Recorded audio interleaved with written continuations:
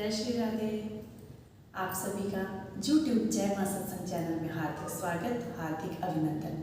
आप सभी को पुरुषोत्तम मास की हार्दिक शुभकामनाएं। जैसे कि आप सब पुरुषोत्तम मास की कथा का श्रवण कर रहे हैं, हम रोज एक अध्याय का श्रवण करते हैं। कल हमने 12वें अध्याय का श्रवण किया। 12वें अध्याय में राजा द्रुपद ने एक यज्ञ किया और उस यज्ञ कुंड से एक कन्या उत्पन्न हुई। वो कन्या राजा द्रुपद की पुत्री द्रौपदी के नाम से संसार में विख्यात हुई। अब हम शुरू करेंगे 13वें अध्याय की कथा का महात्म्य।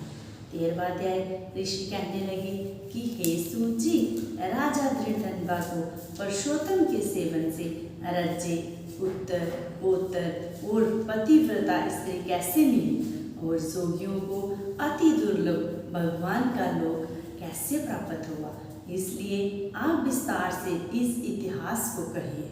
सूत जी कहने लगे, हे ऋषियों, आकाश गंगा की तरह पवित्र करने वाली सुंदर पुरानी दृढ़धनवा की कथा मैं तुमसे कहता हूँ।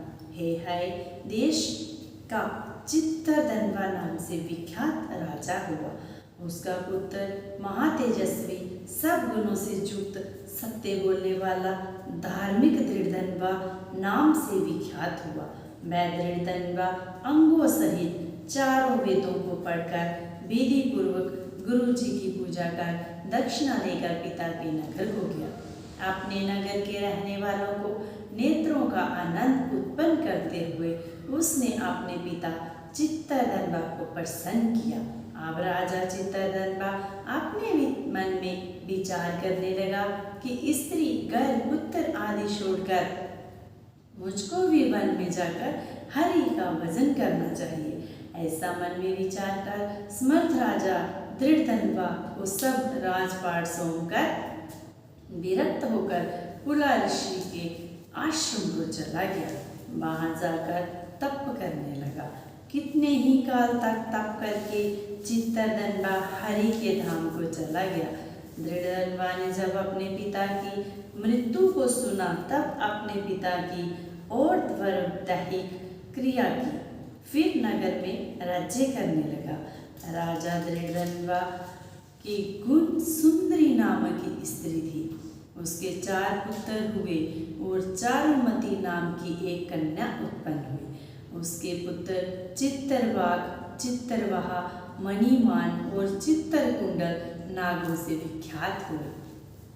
श्री नारायण कहने लगे, एक समय सोते हुए उस राजा के मन में ये विचार उत्पन्न हुआ कि मेरा जैसा वैभव किस पुण्य के प्रभाव से हुआ।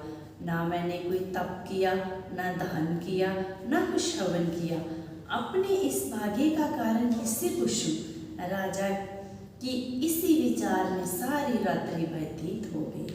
प्रातः ब्रह्म मुहूर्त में उठकर जथा विधि स्नान आदि करके खड़ा होकर उदय होते हुए सूरज को अर्घ्य देकर, ब्राह्मणों को दान आदि देकर और नमस्कार करके वह राजा घोड़े पर चढ़कर तत्काल शिकार के लिए वन में गया।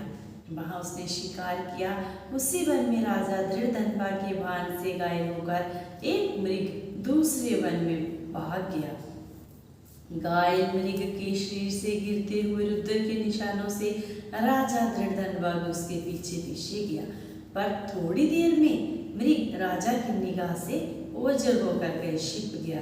राजा ने प्यास से व्याकुल होकर फिरते फिरते सागर के समान एक सरोवर को देखा। वहां पर तत्काल जाकर उसने पानी पिया। वहीं उसने अत्यंत घनी छाया वाला बट का वृक्ष देखा।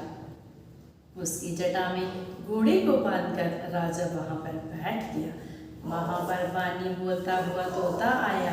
राजा को अकेला बैठा हुआ देखकर वह शुक बार बार एक ही श्लोक बोलता रहा, तू पृथ्वी में अत्यंत सुख को देखकर सार वस्तु को नहीं विचारता तो कैसे पार पहुंचेगा। ऐसे उसके इन रहस्यपूर्ण वचनों को सुनकर राजा को यही सोच हुआ कि बारंबार ये शुक ऐसे वचन क्यों कहता है? क्या वह सुखदेव जी हैं?